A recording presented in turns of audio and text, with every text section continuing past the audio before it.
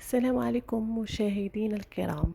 اليوم جبت لكم واحد الخبر اللي هو زوين بزاف، يقدر يعجب البليبار ديال الناس فيكم، اللي هو ان سعد المجرد واخيرا خرج من الحبس، ولكن الصراحة مؤقت، وان شاء الله اليوم غيفطر مع العائلة ديالو.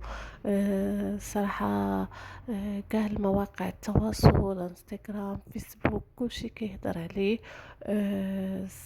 كلشي كيقول سعد المجرد خرج، وكما ان الام ديالو نزهة الكراكي حطت بوست في الانستغرام وستوري في الانستغرام، وكتقول الحمد لله على سلامتك ولدي.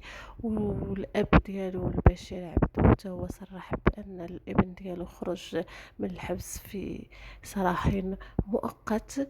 وكاين بزاف الفنانه اللي كانوا متضامنين معاه من الاول الواقعه، اللي هو منهم حاتم عمور، مريم الابيض صديقه الوفيه ديالو، شكون اخر عاوتاني، زهير البهاوي. كاين بزاف د الفنانه اللي فرحوا بهذا الخبر، وان شاء الله عقبال البراءه ديالو اللي تصدر. صراحه كانوا بزاف د الناس شمتوا فيه، بزاف د الفنانين شمتوا فيه، بزاف د الناس، بزاف د الفنانه والممثلين لغاو المتابعه ديالو على حساب الانستغرام او اليوتيوب. كلشي رد ليه اللومه، رغم انهم ما عارفينش الحقيقه شنو هي، لان بزاف د التصاريح وبزاف د الحوايج كانوا وقعوا تيبينوا التناقض ديال الفتاه اللي اشتكت عليه.